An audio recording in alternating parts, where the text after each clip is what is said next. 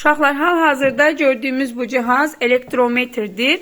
Elektrometr cisimlərin elektriklənməsini təyin etmək üçün istifadə olunur. Biriniz yaxınlaşın indi. Elektrometr necə hərəkət eləyəcək ona baxacağıq. Gəl Hikmət, gəl indi. Deməli, ebonit çubuğu, yəni əlimizdə yoxsa ebonit çubuq, qələm də ola bilər. Bura vuruluqda görürsünüzmü? Əqrəb nə edəcək? Meyl edəcək. Bu onu göstərir ki, hal-hazırda əlimizdəki qələm yun parçaya sürtünərək və yaxud saçımıza sürtünərək elektriklənmişdir və bunun elektriklənib elektriklənməməsini təmin etmək üçün cihazdan istifadə elədik və həqiqətən də baxırıq ki, qələm neyniyib elektriklənir, çünki cihazın əqrəbi neyniyir, meyl eləyir. Əsmər, gəl səndə də yoxlayaq.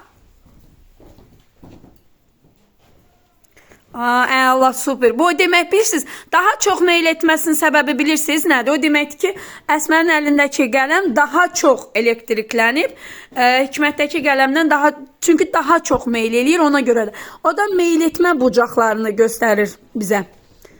Allah.